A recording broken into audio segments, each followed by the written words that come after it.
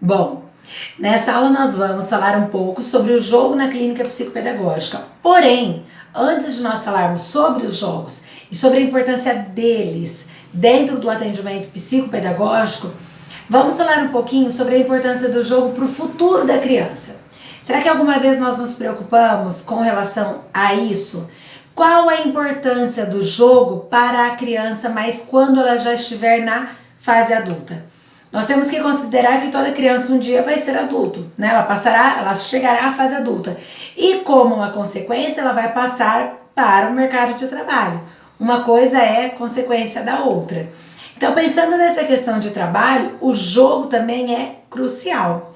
Porque o jogo vai ensinar essa criança a ter compromisso, a seguir as regras, a passar por transformações ao longo do jogo. Então, dentro de uma empresa, dentro do trabalho, vão ter algumas transformações que essa criança, essa pessoa, esse indivíduo vai precisar passar, certo? A questão de participar das jogadas, vamos ter a questão então de uma cooperação que os jogos trazem para essas crianças, o envolvimento dessas crianças em equipes, em duplas, em trios, com o outro, certo? Então assim, nós temos que pensar que o trabalho em si, ele também tem um lado prazeroso. Não é só a questão burocrática, a parte do cumprir metas, do fazer. Tem a parte que ela tem a parte que é a parte prazerosa. E é a questão de participar e produzir, tem uma preocupação de criar condições até para um trabalho mais criativo. Aí torna-se um trabalho mais prazeroso. Então, pensando no jogo de exercício, por exemplo, a criança ela vai herdar uma capacidade de considerar o trabalho como algo que produz satisfação. Então, dentro desse aspecto, o trabalho ele pode ser considerado algo pleno, algo criativo, à medida em que dentro do trabalho a criança vai conseguindo estabelecer algumas relações gratificantes. E nessas relações gratificantes nós não estamos falando apenas de questões salariais, mas nós estamos falando de questões de ser algo prazeroso dentro da empresa, dentro do local onde a criança trabalha. Então, a partir desse jogo simbólico, a criança ela vai herdando uma perspectiva cognitiva, podendo experimentar alguns papéis, fazer algumas representações, criar determinadas situações, que são situações hipotéticas, certo? E que futuramente vão ser úteis se nós estivermos pensando no mercado de trabalho, no ambiente de trabalho. Então a criança ela passa a ter contato com algumas restrições, com limites, com possibilidades, situações que fazem com que a vida possa sair de uma questão harmoniosa, mas dentro do jogo a criança vai aprendendo a lidar com essas coisas. Agora, falei na aula anterior que precisa haver regra, porque sem regra não há ordem. Então a criança ela vai levando isso já para a vida dela, pessoal, para a parte profissional, que todo jogo, todo trabalho tem regra. E que sem regra não tem como se trabalhar. Então, por exemplo, dentro de um jogo de construção, a criança ela herda a parte da imaginação, a parte da criatividade, a vivência onde ela vai antecipando o real. Aquele jogo de imitação de ser pai, ser mãe, de ser professor, de ser alguma coisa, vai antecipando então o real. Então até por exemplo, por meio dos desenhos que a criança faz, das reproduções, por meio desse faz de conta, ela vai criando, ela vai começando a entender do jeito dela o como é o ser adulto, mas depois isso vai ajudar também quando essa criança já estiver trabalhando. Então os jogos eles têm uma função assimilativa que implica numa troca entre o organismo e o meio, entre a criança e o meio. Então é algo necessário, é algo fundamental para uma vida de adaptações, certo? Agora vamos pensar dentro desses jogos para a parte psicopedagógica. Então, se nós formos considerar um jogo de tabuleiro, por exemplo, o conteúdo desse jogo vai ser o próprio tabuleiro. As peças do jogo, se nós estamos falando, por exemplo, de um jogo de damas, Nós vamos ter as pecinhas brancas, nós vamos ter as pecinhas pretas, e esse é o conteúdo. E esse conteúdo é instrumento de muitas relações. Inclusive, cada jogada da dama, ela nunca é igual a outra. Então eu posso ganhar a primeira partida da dama, posso ganhar a segunda, posso ganhar a terceira, mas provavelmente cada vez que eu jogar, esse jogo vai ser produzido, vai ser feito de uma maneira diferente. Então, por mais simples que possa parecer o jogo de damas, assim como muitos outros jogos, inclusive de tabuleiro, nós temos ali uma questão de uma estrutura da relação desse jogo. Não é simplesmente o jogo pelo jogo, mas a forma como aquele conteúdo ele é estruturado, a forma como aquelas pecinhas são movimentadas. Isso é o mais importante quando nós falamos de jogos de tabuleiro. Quando nós falamos de dama, quando nós falamos de gamão, quando nós falamos de jogo de xadrez, dei uma colada ali. O jogo do xadrez. Então, cada jogada ela é única. Cada nova jogada, a criança precisa repensar tudo para ver a melhor maneira para movimentar aquela pecinha. Então, as combinações que nós temos, elas são praticamente impossíveis, infinitas. Porque cada nova jogada você tem uma nova possibilidade. Você pode ganhar todas elas, mas cada vez você cria novas jogadas. Nos jogos de regra, por exemplo, é mais difícil que uma jogada seja igual a outra. Por quê? Porque você tem a questão dos aspectos de combinação. Então, dentro de jogos de regra, você vai obedecer a regra, porém, as jogadas, elas vão ser... Cada jogada que eu faço agora depende da sua próxima jogada. E o que você fizer com o seu jogo pode interferir automaticamente no meu. Um exemplo aqui é com relação ao jogo do Rummikub. Muitas vezes a gente dá aquelas dormidas no ponto, que é onde a gente acaba falando, putz, por que eu não desci peça? Olha, eu não tinha observado que eu podia movimentar isso daqui. Mas no caso do Rummikub, por exemplo, se às vezes eu não tinha nada na mão, eu comprei uma peça e coloquei no meu tabuleiro e o meu oponente está jogando. Pode acontecer que a peça que eu comprei, que eu não posso já usar nessa jogada, porque é a vez do outro, pode ser que ele tenha uma outra peça ou feita uma movimentação no jogo, que aquela peça que ia me ajudar e muito, passe a ser uma peça totalmente sem necessidade. Ela vai ser utilizada num outro momento ou vou morrer com aquela peça ali na minha estrutura do jogo. Porém, é um jogo que ele tem regra, tem que ser seguida a regra, mas a cada movimentação do jogo, essas regras vão se adaptando ao que nós temos que fazer de jogadas. Então, por exemplo, os jogos de tabuleiro, eles expressam os seus limites. E, inclusive, vão ser demarcados por aquelas bordinhas do jogo. Acabou o jogo, não dá para passar mais por aqui. Então, o que nós temos ali? Podemos fazer até uma comparação, uma analogia com as ruas de uma cidade. As ruas da cidade, você chegou num ponto que é uma rua sem saída, o que você faz? Você atravessa? Como? Não dá. Então você volta. O jogo de tabuleiro é a mesma coisa. Você chegou na beirada do jogo, acabou o tabuleiro, você faz o quê? Joga na mesa? Não dá. Então você tem que criar uma outra maneira. Então você vai criando as alternativas. E essas pecinhas do jogo, elas vão mostrando as posições e os deslocamentos que são possíveis. Então, se nós estamos comparando o tabuleiro a uma rua, as peças podem ser os carros, as peças podem ser as pessoas, e nós vamos demarcando até onde elas podem ir ou até onde elas não podem ir, até onde elas se deslocam ou até onde elas não se deslocam mais. O jogo, como o da dama, por exemplo, ele vai requerer que a criança construa algumas relações de lógica. Ela vai precisar articular as jogadas para evitar algumas contradições, inclusive jogadas erradas. E além disso, ela vai precisar construir algumas estratégias, ela vai precisar definir boas e más jogadas. Inclusive uma má jogada pode prejudicar depois todo o jogo dela. Então ela tem que pensar muito bem, né, qual é o sistema ali do jogo, qual é a função do sistema do jogo para que ela faça as jogadas de maneira correta. Dentro do jogo das damas, por exemplo, nós temos algumas implicações matemáticas quando nós fazemos a questão das junções, das separações, das bijeções, algumas associações. Então a matemática ela está também presente dentro do jogo da dama, além da questão do raciocínio lógico. Posso andar, não posso andar. Mais ainda dentro de um jogo de xadrez, onde você tem quem pode mais, o quem não pode, um só anda para um lado, um anda para o outro, anda por todo o tabuleiro. Então nós passamos a ter uma estruturação, inclusive, de um raciocínio lógico.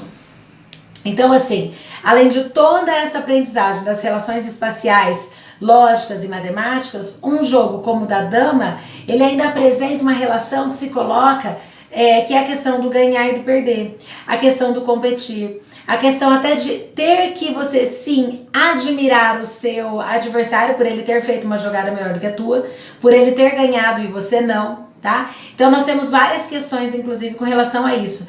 Então nesse jogo a gente acaba, querendo ou não, por bem ou por mal, como se diz, aprendendo a ser solidário, aprendendo a ser colaborativo. Inclusive no sentido assim, eu perdi o jogo, eu tenho que ter humildade, não adianta eu jogar, sair jogando o tabuleiro pra cima e falar não quero mais, não vou mais brincar. Porque na realidade agora eu vou jogar pensando em todos os erros que eu cometi para que eu não cometa esses erros novamente. Por isso que o nosso papel de psicopedagogos é justamente esse, mostrar que a jogada tá errada, você perdeu o jogo, mas você perdeu o jogo porque você já iniciou correto. Você segurou todas aquelas peças. Você poderia ter vindo por aqui enquanto você foi por aqui. Você abriu esse espaço, você fez isso, você fez aquilo. E ao longo do jogo, você não precisa esperar ao final do jogo para fazer essas colocações. Ao longo das jogadas, isso pode ser, estar sendo feito de maneira gradativa. Então, por exemplo, em uma jogada você vai trabalhando... Estamos jogando primeira vez o jogo. Durante todo momento nós fazemos intervenções, seja do que eu estou fazendo, seja do que a criança está fazendo. A próxima vez que nós jogarmos, vamos tentar sem intervenção. A terceira vez, com intervenção. Há alguns jogos, por questão de tempo, isso não é possível. Às vezes a gente fica em uma única sessão com um único jogo. Talvez se você achar necessário, importante retomar o jogo na sessão seguinte, é possível fazer também, ou então partir para alguma outra atividade, certo? Então assim, a cada jogada que eu tenho, ela vai interferir na minha próxima jogada, inclusive, ou na jogada do meu adversário. Porque muitas vezes, enquanto eu estou pensando no que eu vou fazer e eu movimentei a peça, o meu adversário também já está pensando qual é a próxima jogada dele.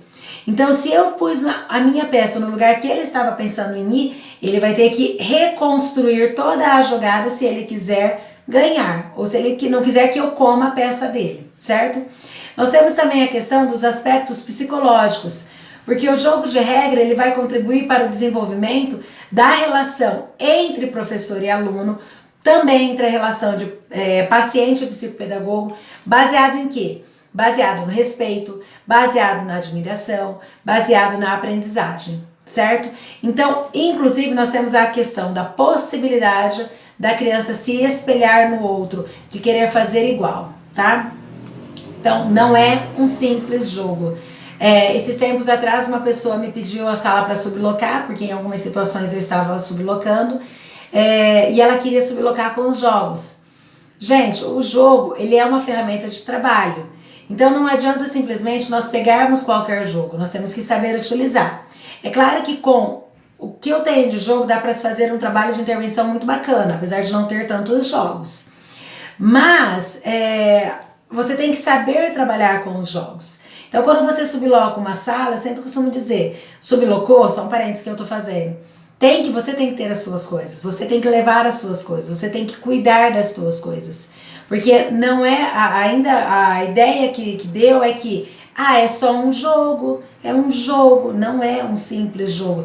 Para vocês verem quanta coisa nós tiramos de um simples jogo da dama, que é aquele joguinho que você vai pagar R$2, R$3 e você acha lugar que você paga isso, porque eu cheguei a comprar um jogo uma vez que eu paguei R$3, R$2,99, e tá aqui até hoje na clínica, que é o jogo da dama. Por quê? Porque as pessoas não valorizam muito o próprio jogo de dama, digamos assim. Bom, mas voltando. Na matemática, em alguns contextos escolares, os jogos de regra, eles contribuem também muito. Eles vão contribuir para questões da quantidade, questões de lógica. As crianças vão aprender a raciocinar, a demonstrar o que elas estão fazendo, a questionar o porquê dos erros dela, por que deu certo, por que deu errado. E isso é importante porque quando a criança ela faz uma conta, ela resolve uma equação que deu errado, normalmente o que ela faz? Ela apaga lá do início. E às vezes era só o finalzinho. Então quando a criança dentro de um jogo ela aprende a reanalisar a jogada que ela fez, ela dentro de uma atividade escolar, ela para também para perceber que Talvez o que foi feito antes estava certo, talvez o erro estava no final. Então ela vai partindo ou de cima para baixo para verificar um erro, ou que ela parta de baixo para cima para tentar localizar o erro, mas ela vai analisar e ela vai tentar achar o erro. Então isso é muito importante dentro do processo. Então os jogos de regra, eles são importantes por trabalharem com hipóteses que permitem que sejam testadas algumas variações. Você consegue fazer o controle de algumas condições favoráveis, de quando é a sua jogada, o que você pode impedir que o outro faça. Porque apesar de a minha jogada, ela vai atrapalhar ou beneficiar a sua, em determinados momentos, quando eu te atrapalhar, eu vou estar tornando aquela jogada apenas favorável a mim. Exemplo, jogo dominó. Dominó é um outro jogo que a gente acha também barato, jogos bem baratos. No caso do joguinho do dominó, se você souber contar as peças, tirando os carretões de 0, 1, 2, 3, 4, 5 e 6, de todas as outras peças, você tem sempre 6 de cada. Você vai ter 6 números 1, você vai ter 6 números 2, 6 números 3 e assim por diante. Então, quando já está o jogo armado e eu percebo que tem ali 3 peças número 6, e eu sei que o carretão do 6 já saiu, e eu tenho as outras 3 peças com 6, eu seguro uma ponta e faço a pessoa ir só pela outra. Enquanto eu puder, eu seguro uma ponta. Por que eu seguro essa ponta? Porque eu sou ruim? Não. Porque eu estou forçando essa pessoa a criar alternativas, que pode ser a partir do que ela tem na mão dela, ou comprando peças. Se ela comprar, o jogo torna-se mais favorável para mim. Então isso é bem importante dentro do nosso jogo. Por quê? Porque ela vai ter que, eu vou estar contando peças, então eu vou estar observando o desenvolvimento de cada uma das partidas desse jogo. Eu vou ter que medir os riscos em ficar segurando uma ponta, porque pode ser que uma hora eu não tenha mais, que eu tenha que comprar ou que eu tenha que entregar a peça. Mas isso tudo faz parte da aprendizagem. Então eu vou começar a analisar o que eu tenho ali dentro, quais são as possibilidades. Enquanto eu puder segurar um lado, eu vou segurar. Então isso é muito importante. E eu vou começando a construir um conhecimento que ele vai sendo compatível àquele de sala de aula. Eu começo a prestar atenção que se eu segurar em um determinado momento, eu consigo liberar de uma outra forma. Então eu vou criando algumas adaptações, e isso para a sala de aula é bastante importante. Então, se nós vamos pensar no jogo de regra, olha que interessante. Os jogos de regra, eles são muito compatíveis a uma produção de texto. E a produção de texto, ela poderia ser comparada à à execução da partida desse jogo. Por quê? Porque quando você está produzindo um texto, tem que ter início, meio e fim. Na partida também, início, meio e fim. E a estrutura desse texto, a estrutura desse jogo, ela tem que ser pensada, ela tem que ser estruturada, cada peça colocada no seu lugar correto, cada letra colocada no seu local correto. Então tem que ser muito bem pensado. Então na escrita do texto, por exemplo, é necessário interpretar bem para você tomar algumas decisões. É preciso a gente conferir os significados das palavras, que seria, por exemplo, atribuir um significado diferente a cada momento da partida. Nós precisamos coordenar as peças e coordenar os textos, o que vai ser feito. Nós temos ali a hora do ataque, nós temos a hora da defesa, quando que eu vou jogar mais ideias, quando que eu vou recolher as minhas ideias. Então é necessário produzir algumas ações que são ordenadas de maneira lógica a cada nova jogada. Então o texto ele tem que ser ordenado de forma lógica a cada nova informação que nós vamos inserindo dentro desse texto. No jogo de construção, se nós formos ao contrário até do jogo de regras, a forma ela fica subordinada mais ao conteúdo. Isso quer dizer que a fase é dada ao processo no qual as relações ou as estruturas elas são os meios para que você possa fazer a realização de um conteúdo.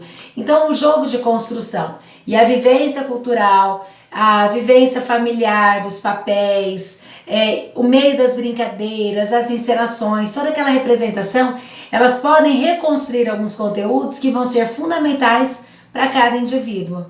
Então, se nós estamos falando do jogo de exercício, do jogo simbólico, mesmo que em um outro nível, por exemplo, nós temos presentes dentro desses jogos de construção e de regra, tá?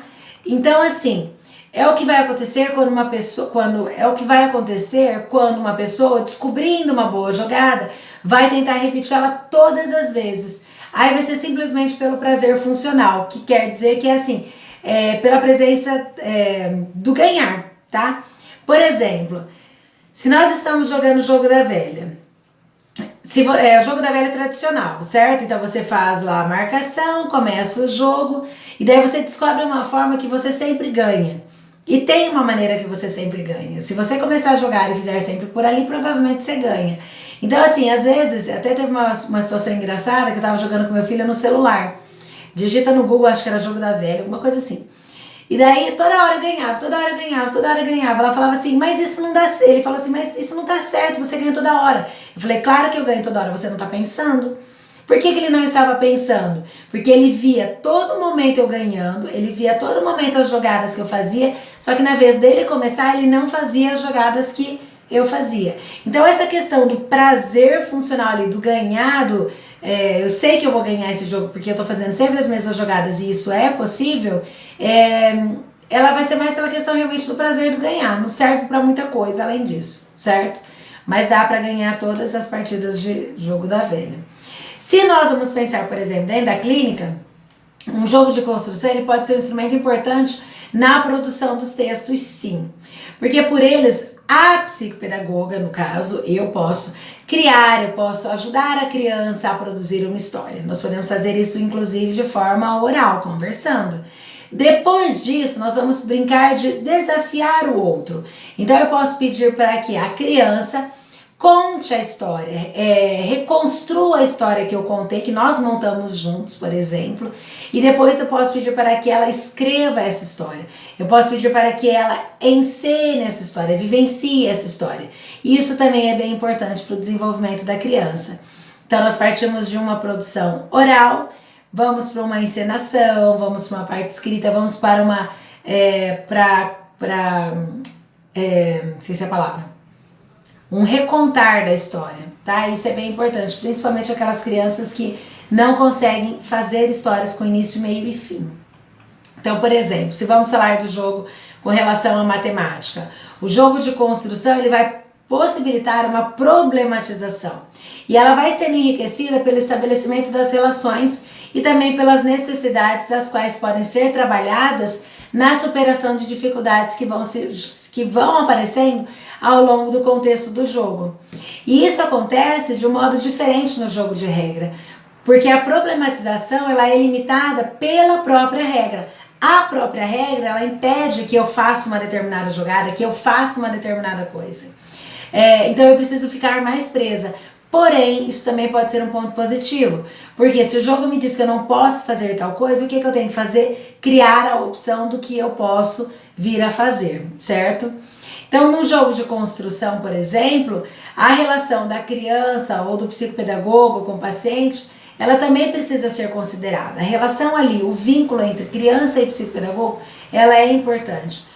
Porque nesse contexto a gente vai conseguir conversar, nós vamos conseguir elaborar, nós vamos conseguir envolver a criança dentro das atividades, vamos conseguir fazer algumas transferências que são importantes. Então, a psicopedagogia, ela tem o jogo como um dos seus instrumentos e ela pode utilizar desse jogo como uma forma de tratamento. E essa forma de tratamento, além de ser muito gostosa, prazerosa, ela vai resgatar, ela vai preparar essa criança para condições de socialização, condições futuras de trabalho, condições para aprendizagem. Então ela vai promovendo competências que são extremamente importantes para a aprendizagem escolar, mas também para a aprendizagem que vai ser utilizada futuramente dentro de uma... dentro do que ela resolveu que ela vai ser, como se diz, quando crescer, certo? Então a questão dos jogos ela é importante, ela é fundamental, não podemos deixar de lado a questão do jogo, da brincadeira, precisamos inserir isso dentro do universo da criança porque é desta maneira que a criança aprende, certo? A criança não aprende a ler e a escrever unicamente com textos, com palavras ou até com alfabeto móvel. A criança aprende muito com o lúdico.